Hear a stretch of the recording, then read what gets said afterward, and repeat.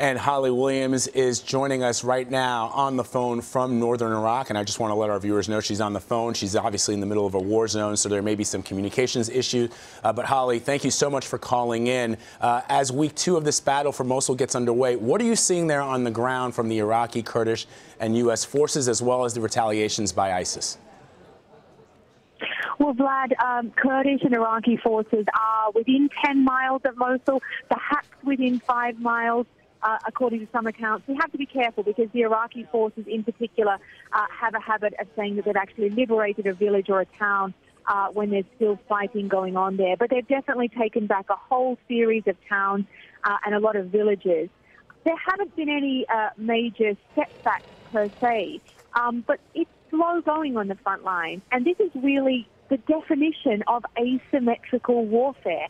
You know, where you have one side, you know, the U.S. coalition and its Iraqi allies on the ground that have all the technology on their side. They have airstrikes, they have helicopter gunships, they have, you know, artillery and armored vehicles. And then on the other side, we're seeing ISIS wage a guerrilla war where they're relying on suicide bombers, car bombs, you know, tunnels that they have dug underneath villages, you know, roadside improvised bombs. So this is not at all a conventional war, and it's difficult for the forces who are waging it on the ground.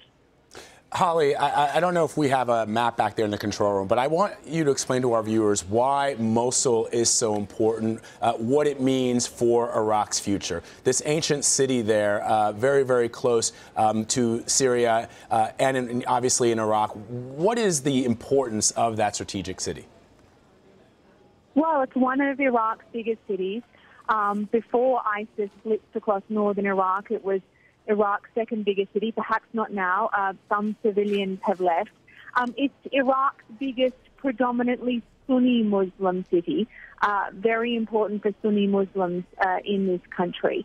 You know, I think that the big fear here is that after this battle, and you know, the assumption is that the U.S. coalition, along with Iraqi ground forces, are going to be able to take back Mosul. ISIS has around 5,000 fighters in the city. It will no doubt be messy, but the assumption is that it will be possible to take it back.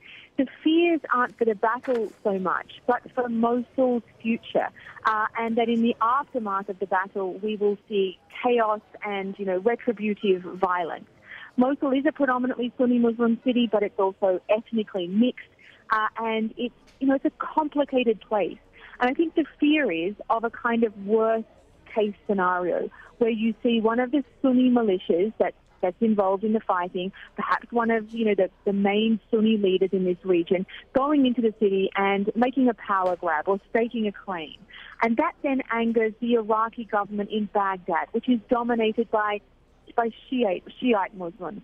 And they then send in the Shiite militias. Up until now, it's thought that they won't be sent into the city. But if they were, then we could see Mosul going down this sort of spiral of retributive violence and sectarian conflict. And remember, it's that kind of chaos that allowed ISIS to gain ground here in Iraq in the first place. Holly, I want to ask you one last question. This is about the looming humanitarian crisis that we may start to see as refugees leave that city. What are you seeing? What's being done on the ground? Obviously, we remember that image of the little boy in Syria. I wonder what that cost, the human cost, away from the fighting, away from the soldiers and the rebels, what you're seeing as far as people who are suffering under this new offensive. Well, you bring up that image of the little boy who survived the airstrike in Syria, and that's really important because, of course, you know, once these troops go into Mosul city, it's quite possible that U.S. coalition airstrikes won't be as useful as they have been because there are around 1 million civilians in Mosul, and nobody wants to risk mass civilian casualties. Now, at this point, since the Mosul offensive began, we are seeing very few people come out of the city, but that is probably because ISIS is preventing them from leaving. There may be a flood of people once the fighting actually reaches the urban areas. We don't know. The Iraqi government clearly has a preference for people to stay in place during the fighting. You know, will people do that? You know, we're going to have to wait and see. But I think that the civilians of Mosul are a huge question when it comes to this conflict. Will they rise up and join this offensive against ISIS? Because remember, when ISIS first swept into Mosul, many civilians were on the street cheering. They saw them as revolutionaries, as heroes. It's been 2 years since then. People have been living under their barbaric rule. Presumably, many of them have changed their minds about ISIS. But will they rise up and actually assist this offensive to retake the city?